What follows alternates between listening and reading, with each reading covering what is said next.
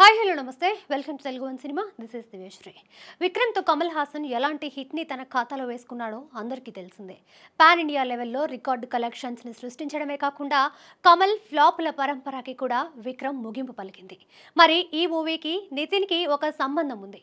అలాగే present బహుభాషా hero Sivakarthikeyan Amaran చేస్తున్నాడు. దీపావళి కానుకగా అక్టోబర్ 31న విడుదల అవుతున్న ఈ మూవీతో కూడా నితిన్కి రిలేషన్ ఉంది. అదేంటో చూద్దాం. నితిన్ ఓన్ బ్యానర్ శ్రేష్ఠ మూవీస్ పై హీరోగా ఆ బ్యానర్ పై చాలా సినిమాలు చేశాడు.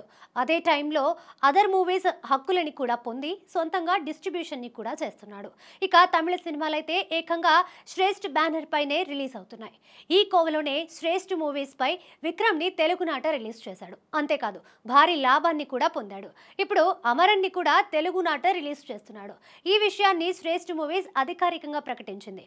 దీంతో నితిన్ కొన్నాడు కాబట్టి విక్రమ్ లాగా అమరన్ కూడా హిట్ అనే అభిప్రాయం సినీ సర్కిల్స్ లో జోరుగానే జరుగుతోంది.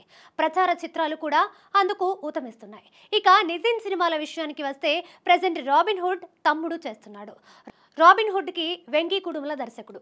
ఆ ఇద్దరి కాంబోలో గతంలో వచ్చిన భీష్మ మంచు విజయాన్ని అందుకుంది.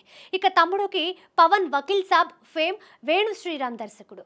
నితిన్ ని గత చిత్రం ఎక్స్ట్రా ఆర్డినరీ మ్యాన్ పరాజయం పాలవడంతో ఈ రెండింటి మీద నితిన్ తో పాటు అభిమానులు కూడా ఎన్నో ఆశలు పెట్టుకున్నారు.